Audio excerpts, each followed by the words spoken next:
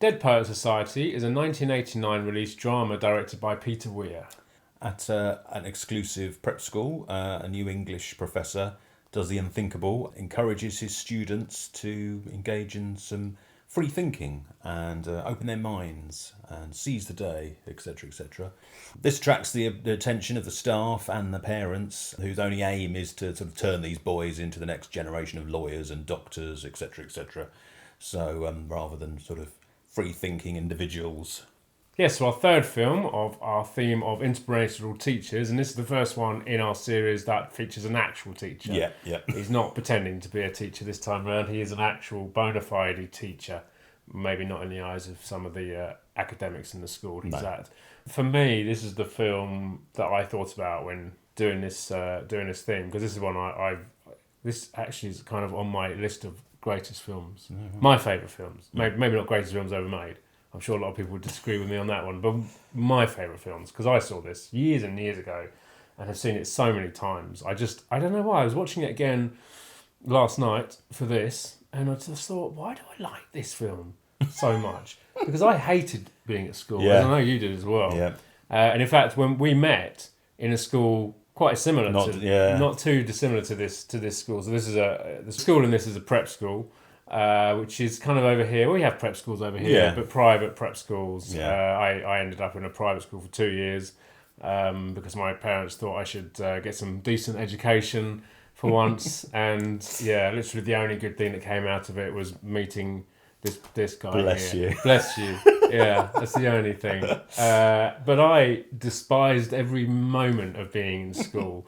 Even when I went on, so I went into a state school after my secondary school was a normal comprehensive, and that was just as unpleasurable an experience as the other one. I hated school. Yeah. But then I think I know why I liked, because I liked a lot of school films growing up. You know, we spoke the other day, and obviously the American ones. Most of the films I grew up watching were American ones, because that's what we kind of got. They make school look fun. They did, yeah. British ones always like dull. Yeah. Grey corridors. Yep. Grey teachers. Like Grange Hill, you know. Yeah, but it was real, wasn't it? It kind of that's probably the thing. It's our British TV mostly and the odd films that we got just were too realistic. Yeah. It was like, that's what school is actually like. But American ones always seemed a little bit cooler. Yeah. For some reason. But even the private school ones, God, on the top of my head are things like, School Ties was another one I really liked, with Brendan Fraser, and I think Matt Damon and Ben Affleck are in that. The Chocolate War was an older one, slightly more unknown one. Then, of course, things like The Breakfast Club and Ferris Bueller and all the John Hughes films. I loved all these films growing up. And I think it was just a kind of, maybe that was it. Maybe I hated school so much. Their schools always looked better than the one I was in. But of course, that's fantasy, isn't it? Yeah. I mean, film is fantasy. But I think, Dead Poet Society was always one of my favourites. Plus, I'm a huge fan of Peter Weir films as well. I really like Peter Weir. I think there's something strange and offbeat and kind of, there's a real escapism about his films. They're quite rebellious, all his films in his whole career. And it's a kind of breaking away from things that kind of shackle you down, which obviously school does, and that's what this film is about. And I think this one so far is our kind of, maybe our most inspirational teacher. Maybe not. The other ones. I'd rather learn about rock, to be honest, from Jack Black, but that's just me. Yeah, well, I think, and that's the weird thing. Obviously here he is. So this is a film set in 1959. It's set in the 50s. So obviously he's teaching them poetry, which I have to say is not something I was ever interested in. No. Growing up, but then of course my poetry was music and films. So I wanted to break away from school and listen to rock music and heavy metal and watch crazy horror films. That was my poetry. No, I agree. I'm the same. I saw it, I don't know, a long time ago. I just remembered it boring me to tears. But that might be because I was just too young to appreciate it. Now it is a well-made film. I went in thinking, oh God, I wasn't looking forward to watching it because I thought it's just going to bore me again. And as soon as it started, it's like a load of rich kids, and like you say, a sort of school not a million miles away from what we went to. And I just wanted to hate it, but I couldn't escape the fact that it is a well-made film. It does look great. all the performances are brilliant. The script is good, but I just wanted to hate the characters. I just kept telling myself not to care about the characters because they were all, oh, poor little rich boy, boo-hoo. I was fighting against it the whole time, but that's obviously my personal twisted view of it. Yeah, because we I mean, we obviously were in a private school, but we weren't from that. We're not rich kids, either of us. There's people, in any paid for school. Obviously, it's going to be people who it's, the fees are nothing. They're so rich it doesn't make any difference. And there's people who make sacrifices and scrimp and save to send their kids to these places in the hope of giving them a better education. And where the town that we lived in, but there was no primary school in our town, and the secondary school did not exactly have a good reputation. It's now gone. It's now gone. So, yeah, it was. I mean, that wasn't the only reason, but that was certainly a factor as to why I went to the school that I went to. I still hated it. That sort of informed my opinion of the people in the film. Such a inflated sense of self-importance. Yeah, I think maybe that really winds me up. And maybe that's why I like, because I always say there's a character in this played by Ethan Hawke, Todd Anderson. The film's kind of, I mean, it's not solely focused on him, but he's kind of one of the main. I mean, there's four main characters in the film, four of the young students. So I think there were seven of them that go off and kind of are a group of friends, and then four of those are kind of the ones that the film focuses on mainly. Todd Anderson, played by Ethan Hawke, being one of them, and he's the one I always related to because he's very quiet, he's very shy. He kind of wants to be. So there's a whole sequence in here, and his kind of thing in the film is that he can't get up and he can't speak in front of the class, which was me completely all over. I absolutely, every time they said, right, on Monday you're going to be talking, go away, write something, and you're going to stand up in front of the class and talk about it. And that was, for me, it was like mortifying. Or even just being picked on, by the teacher. He throws a question out to the class, no one answers, and he picks on somebody. That too, yeah, you just exactly. want to die inside. You just want to die inside, yeah. And that was me all over. And I think, but unlike in this film, he kind of has a group of friends that he hangs out with, and they go off and they do things, and they form essentially this Dead Poet Society, which is a group that kind of go out into this old cave, and then they read poetry to each other by dead poets. Just like real people do. Just like real people do, exactly. But I think it was that kind of, for me, it was that wanting to because I was a bit of a loner at school. I mean, I had a few friends here and there. I had a lot of friends. I had a few friends into the music I was into, but most of the friends I met who were into music were outside of school. So maybe for me, it was a kind of longing for that kind of to be accepted in that kind of group. I think maybe that's what I get from a film like this, and also that inspirational teacher. I never had a teacher none of my teachers. I had one teacher that was, he was kind of all right, but he was never he never made me want to go out and get excited in either history or English or any of these things.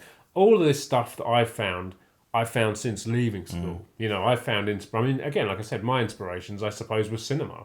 Were films like The Dead Poet Society and films like The Breakfast Club, and then more mature films as I've grown up as well, and things like that. And that's maybe my inspirational teacher. That's a bit cliche maybe, but the school of life. The school of life, the school of hard knocks, as they say.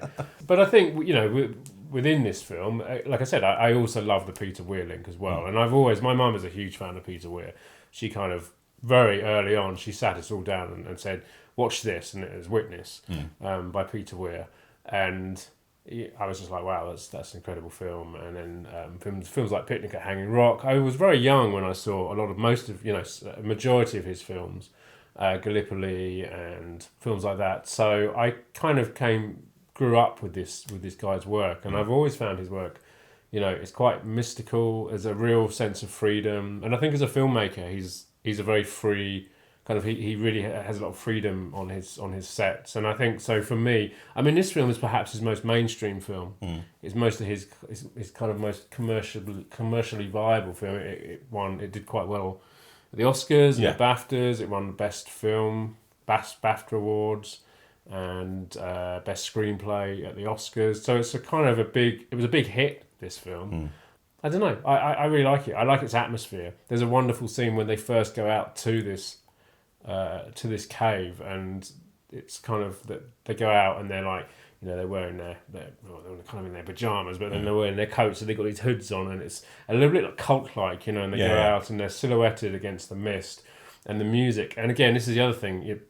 Peter Weir often has great scores. He's a big fan of music, and he has both great scores written for him, original scores, but great soundtracks as well. So in this film, you've got Maurice Jarre, who's worked 5 times, I think, with Peter Weir, and then also it uses a piece of music called Rainbow Voice by David Hikes, which was really actually had before. He was used in Jacob's Ladder. I think both those two, Maurice Jarre and David Hikes, were used in that. And David Hikes' music is it's not music, it's just voice, it's just vocals, it's like a vocal choir. But it's not singing, it's just, I wouldn't know how to describe it, but it's just using the voice in kind of interesting ways, which is really haunting and really atmospheric.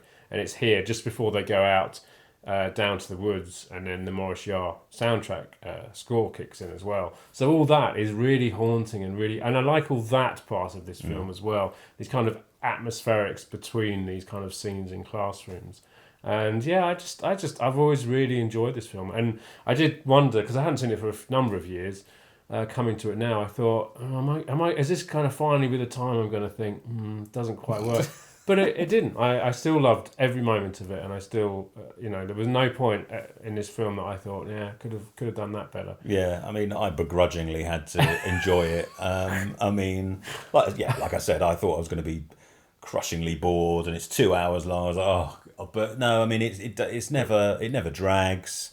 All the performances are watchable. I mean, Robin Williams, obviously Robin Williams. Phenomenal in most films that he's in, and an understated performance from him. No wackiness. Although he does do a few voices at one point. There's a slight moment where he's talking about he's doing a class of Shakespeare to the kids, and then he does he says, I think he's improvising, and he kind of mimics how Shakespeare might sound in England or on the stage, and then Marlon Brando obviously did him on film in a completely different way, and then he mimics how maybe John Wayne would have done it as well, which is very funny. But that's maybe the only moment that he kind of goes all out Robin Williams. Yeah.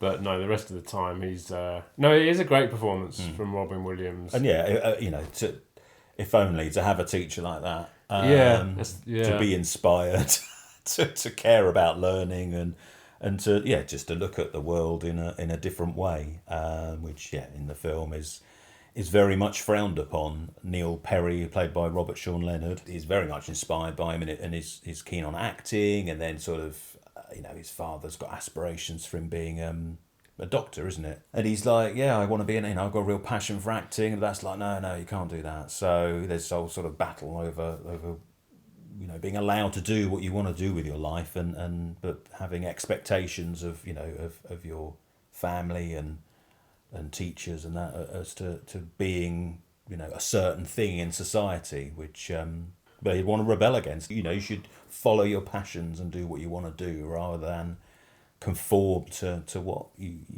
what other people think you should do and be. Yeah, and I think that bit particularly kind of rang home for me, because my granddad was an actor, but when he was younger, his dad was like, no, you must join. His dad was I want to say bank. I think he worked in a bank, and he was like, you're gonna follow me into that line of work. I think my granddad was like, I would like to be an actor, and he started acting in the evening. He started going to acting classes. And he became a very successful actor, And I'm not saying his father didn't say you can't do acting. He just did it on the side. But there was kind of similarities, there, which is, that was obviously that would have been back in the 1930s. That's the thing. The whole school is, as schools like this are, they're all about tradition and things like that. And it's the four pillars, as the film says at the beginning. To a nauseating degree, and it's like, oh God, it just makes me sick. And God forbid anyone does anything that doesn't fit in with their traditions and all this. It's like a cult. So get over yourselves. Well, they're very cult-like. I think those schools, that kind of. There's one sort of subplot that kind of doesn't. It feels a bit superfluous. It's with the character Knox, played by Josh Charles, and his sort of pursuit of a girl that he meets at a party, called Chris, played by Alexandra Powers. And as soon as he sees her, he's sort of obsessed with her. She's already going out with, she goes to the sort of local the American equivalent of the state school, I guess, isn't it? Yeah. Is it the public school? I mean, a public school in this country is something different, isn't it? A public school here is like a private school. Yeah, Yeah, exactly. It's weird. But yeah, in the States, I guess that would be a public school, wouldn't it? Sort of government-run or whatever, state-run school. Anyway, so she's going out with, I don't know, some big jock. And seems perfectly happy with him, but he, like, relentlessly pursues her and just pesters her. And so she's like, gives in. And it's like, just leave her alone. She's already told you she's not interested. It's not really resolved in any sort of real way by the end of the film. So there's a bit of there's a moment in there. He goes to this party and she's lying with her eyes closed on us. I mean, why you'd be asleep at a party? I don't know, unless you don't drunk. Drugs, I suppose. So anyway, yeah, but she didn't look like she's drunk. She just looks like she's having a bit of a nap on the sofa. And then he like leans and he sees her as like, that would be a great idea to just give her a kiss without asking her. Stroke her hair. I know. It's obviously it was made in the 80s and it's set in the 50s. Fine, that's fine. And he just kisses her on the head. He doesn't like go for a full-on snog or anything. It's not too creepy, is it? It's not too creepy, but it is like, it's a bit kind of a... And then she just like says, all right, I'll go out with you. And then like it just falls to him and it's a bit... That whole sequence... I mean, Robin Williams... What's the teacher's name? We haven't said his teacher. John Keating, yeah. He talks about carpe diem, seize the day. That's what he talks about all the time, and that's what he encourages them to do. So I guess that's what he's doing. He's rather than sitting around, he sees something and he pursues it. But I don't know if that thing you're pursuing doesn't want you. That's stop pursuing it. That's what all the boys in there are doing. I mean, this is seize the day, boys, make your lives extraordinary, which apparently became the 95th greatest movie quote by the American Film Institute. Wow. There you go. 95. That's not great, is it? No. Out of how many? Well, I don't know. Out of every quote ever. Maybe every quote ever, yeah. So essentially especially those main four. So you've got Todd Anderson, who is the shy kid, and Robin Williams needs to kind of, it's Robin Williams who gets him to kind of speak out loud and go for it out in front of the class. And then you've got Neil Perry, who is the boy that wants to become the actor. Great performance by Kurtwood Smith, by the way, playing his father, but really great, sneering, as Kurtwood Smith does so well. And then you've got Josh Charles' character, who is the one with the girl. And there's also Charlie Dalton, played by Gail Hansen. He's like the fourth one. He's kind of the most rebellious of the four. He plays saxophone, which is kind of going against, those kind of schools play instruments like the clarinet. He references the clarinet being a bit boring, and he's out playing because the jazz and the saxophone and the smoking and the drinking, and he brings like two, which I don't know if they're prostitutes, but they two kind of girls into this cave at one point. So he's like the more rebellious one out of the bunch. And so yes, it's essentially they are all seizing their moment in their lives in this particular period of the film. I'm glad you enjoyed it though.